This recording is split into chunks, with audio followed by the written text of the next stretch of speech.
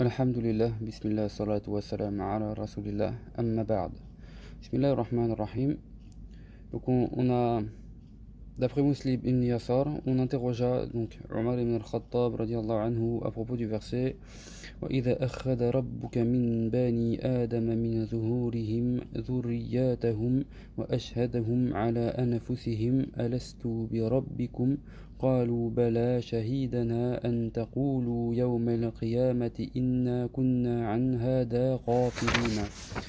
Et rappelle lorsque ton Seigneur a pris des fils de Adam de leur dos, leur descendance, et les a fait témoigner vis-à-vis de leurs âmes. Ne suis-je pas votre Seigneur? Si, dirent-ils, nous en témoignons. Cela afin que vous ne disiez le jour de la résurrection, nous étions ignorants de cela. Donc, extrait de la sourate Al-A'raf, verset 172. Il répondit, j'ai entendu le messager d'Allah, sallallahu alayhi wa sallam, dire, après avoir été interrogé sur cette question, Allah subhanahu wa ta'ala créa Adam alayhi salam, puis essuya son dos avec sa main droite. Il en fit sortir une descendance et dit, j'ai créé ceci pour le paradis, et ce sont les actes des gens du paradis qu'ils feront. Il essuya ensuite le dos de Adam et en sortit une descendance. Il dit, j'ai créé cela pour l'enfer, et ce sont les actes des gens de l'enfer qu'ils feront. Un homme demanda, Ya Rasulallah, pourquoi œuvrer alors? Le messager d'Allah sallallahu alayhi wa sallam répondit, lorsque Allah crée la personne pour le paradis, il suscite pour elle les œuvres des gens du paradis jusqu'à ce qu'elle meure en faisant un de leurs actes, et elle entrera par celui-ci au paradis. Lorsqu'il crée la personne pour l'enfer, il suscite pour elle les œuvres des gens de l'enfer jusqu'à ce qu'elle meure en faisant un de leurs actes, et elle entrera par celui-ci en enfer. Rapporté par l'imam Malik ibn Anas dans son Muwatta.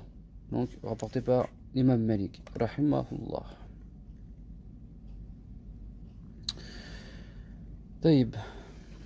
Tous ces hadiths indiquent que le Très-Haut a extrait la descendance de Adam de son dos, telles des particules de poussière, et que celle-ci fut partagée en deux, les gens de la droite et les gens de la gauche.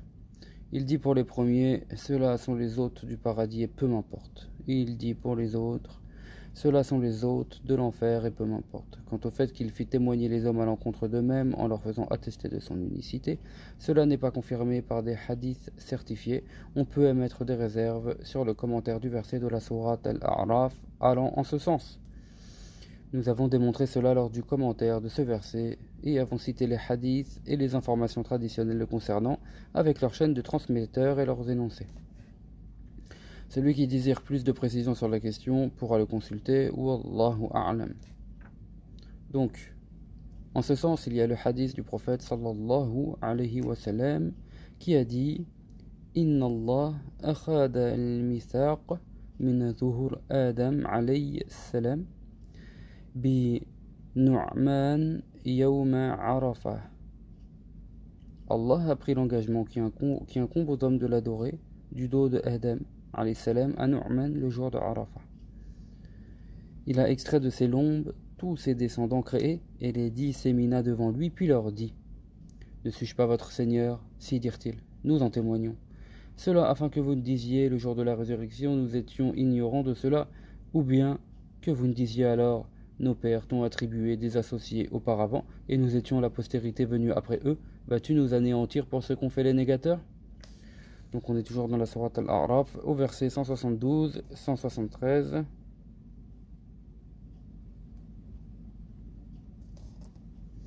La plupart des savants, ceux qui émettent cet avis, à savoir l'engagement pris sur la descendance d'Adam, joignent à leur argument le hadith d'après Anas ibn Malik, selon qui le prophète sallallahu alayhi wa sallam a dit Yuqalu lil rajuli من أهل النار يوم القيامة لو كان لك ما على الأرض من شيء. On dira à la personne parmi les gens de l'enfer le jour de la résurrection, si ce qui se trouve sur terre comme richesse t'appartenait, le donnerais-tu comme rançon pour ton salut? Oui, dira-t-elle. J'ai voulu de toi ce qui est bien plus facile que cela. J'ai pris ton engagement dans le dos de Adam, que tu n'associerais rien d'autre avec moi. Seulement, tu t'es obstiné à m'attribuer des associés. Rapporté par l'imam Ahmed, d'après Hajjaj, d'après Shu'ba, d'après Abu Imran al-Jawni, d'après Anas ibn Malik, et les deux Al-Bukhari ou Muslim l'ont rapporté aussi d'après Shu'ba, suivi des mêmes transmetteurs. À propos des versets et rappels, lorsque ton Seigneur a pris des fils de Adam de leur dos, leur descendance.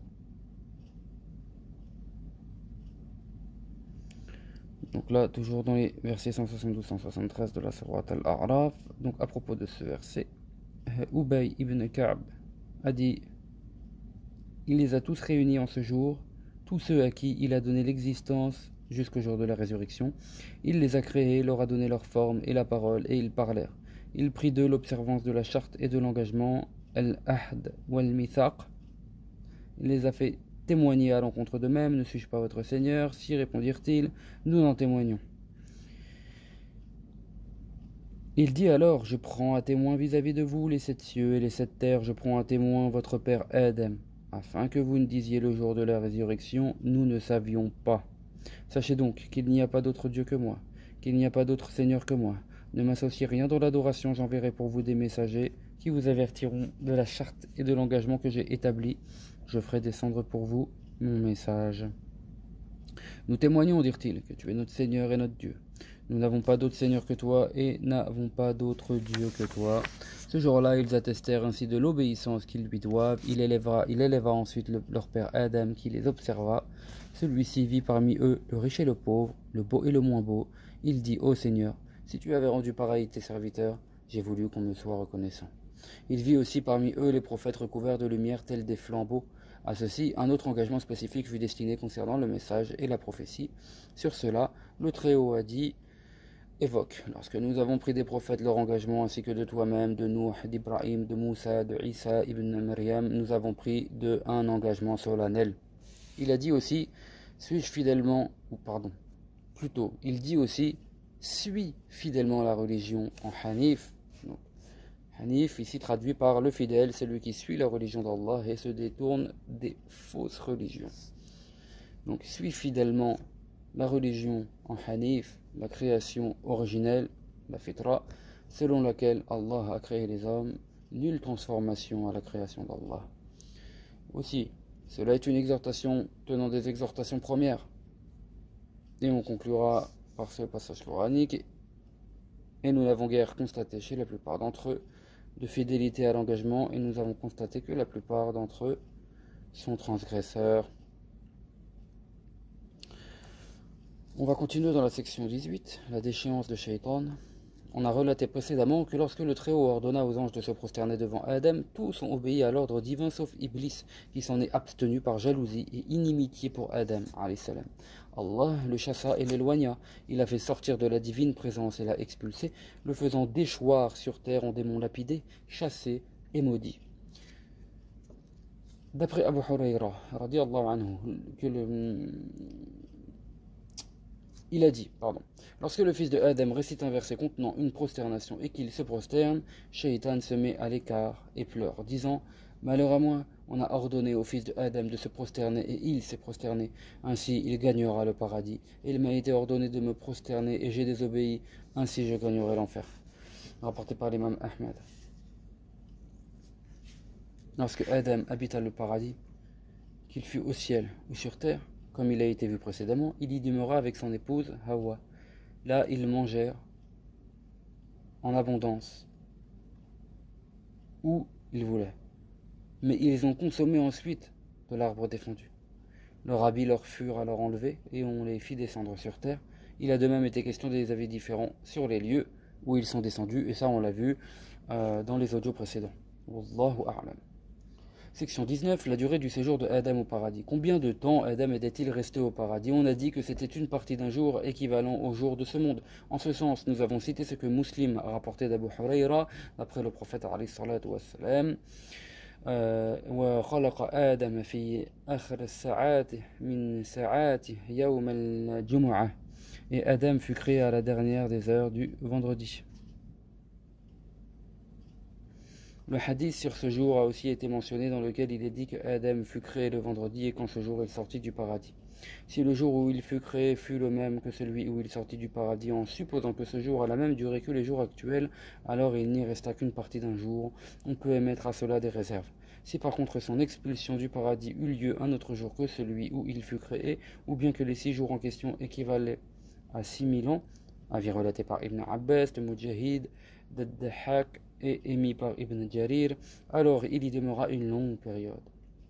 Ibn Jarir a dit: il est bien connu qu'il a été écrit à la dernière heure du vendredi. Cette heure équivalait à 83 ans et 4 mois. Il était resté sous la forme d'argile pendant 40 ans, avant qu'on insuffle en lui l'esprit. Il est donc resté au paradis 43 ans et 4 mois. Allahu ta'ala a'lam. Les premiers pas sur terre de la section numéro 20, on va continuer et on va conclure sur cette section d'ailleurs. D'après Ata ibn Abi Rabah, lorsqu'on fit descendre Adam sur terre, ses pieds étaient sur celle-ci et sa tête au ciel. Allah le raccourcit à 60 coudées. Donc ça c'est rapporté par Abd al-Razaq, d'après Hisham ibn Hassan. Et plus loin, on peut émettre des réserves à ce propos, en raison du hadith précité sur la validité duquel il y a consensus. En effet, Abu Hurayra a relaté que le messager d'Allah sallallahu alayhi wa sallam a dit: donc Allah a créé Adam et celui-ci mesurait alors 60 coudées. Depuis, les créatures ne cessent de rapetisser jusqu'à aujourd'hui. Cela implique donc qu'il a été créé ainsi et non plus grand que 60 coudées. Quant à sa descendance, elle ne cesse jusqu'à maintenant de rapetisser.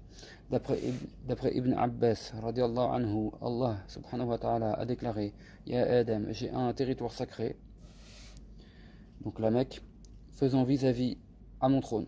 Rends-toi en celui-ci et construis là une demeure que tu voueras pour moi. Après quoi tu tourneras autour de celle-ci comme tournent les anges autour de mon trône. Allah lui envoya un ange qui lui montra le lieu en question et lui apprit les rites du Hajj. Rapporté par Ibn Jarir. Celui-ci a de même rapporté que chaque pas que Adam a fait est devenu par la suite une ville. À propos de la première nourriture mangée par Adam sur terre, Ibn Abbas radiallahu anhu relate que Jibril alayhi salam lui apporta 7 grains de blé. Qu'est-ce que c'est? Lui demanda Adam. Cela vient de l'arbre qui t'a été défendu et dont tu as mangé. Qu'est-ce que je fais avec? Sème-les sur terre, répondit Jibril. Il les sema donc, sachant que chaque grain avait un poids de 100 000. Le blé poussa par la suite et Adam le récolta. Il le bâtit ensuite, le vana, le moulut, le pétrit et en fit du pain. Il en mangea ainsi, après beaucoup d'efforts et de fatigue. Telle est la parole du Très-Haut. Qu'il ne vous fasse pas sortir du paradis, car alors tu connaîtrais la peine. Leurs premiers vêtements étaient faits de laine, qu'ils avaient tous deux tondus et filés. Adam tissa pour lui-même une tunique pour Hawa. Il fit une robe et un voile. Adam et Hawa ont-ils eu des enfants au paradis? On a affirmé que cela n'eut lieu que sur terre. Pour d'autres, ils eurent des enfants au paradis, dont Caïn et sa sœur. Après chaque grossesse de Hawa, un garçon et une fille naissaient ensemble. Il fut ordonné à Adam de marier chaque fils avec la sœur de son frère, née en même temps que ce dernier, et ainsi de suite. Ainsi la sœur n'était pas licite pour son frère né en même temps qu'elle. On va s'arrêter là, Inch'Allah. والله أعلم سبحانك اللهم وبحمدك أشهد أن لا إله إلا أنت أستغفرك وأتوب إليك